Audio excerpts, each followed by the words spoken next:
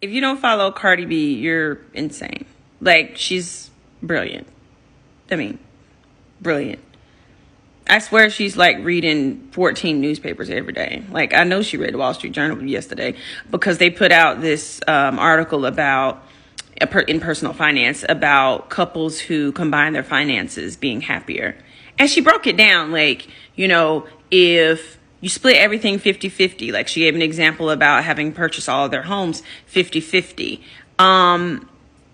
In this article in the Wall Street Journal, they were saying that combining finances creates more, I guess, you feel more equal in the relationship.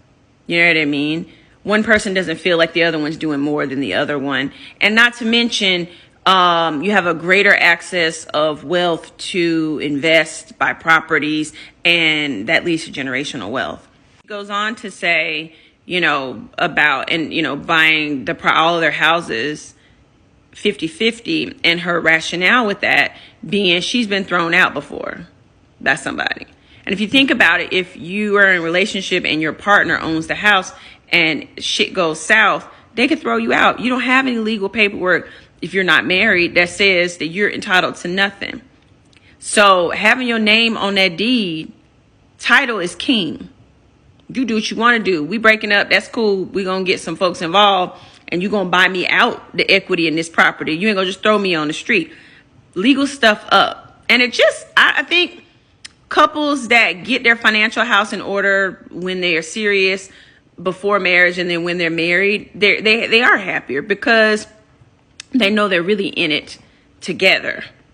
You know what I mean? They're in it together. One person don't want to feel like they're doing everything, But again, it's smart to sit down on a quarterly basis with your partner and look at your finances and figure stuff out. Now, I am not a proponent of having one joint bank account. That's a recipe for disaster. I say have a joint bank account. That's the household bank account. That's the account from which we pay our bills. But I believe in married couples shacking, having their own separate checking accounts and having their own separate savings account, emergency fund account, and then duplicating that in a joint brokerage account and a joint emergency fund account. That's just smart finances. And if all the money ain't there to do all that, figure it out. But people got to have their own personal stuff. Because just because you're married doesn't mean you're not an individual. Just because you're in a couple doesn't mean you're not still a person yourself.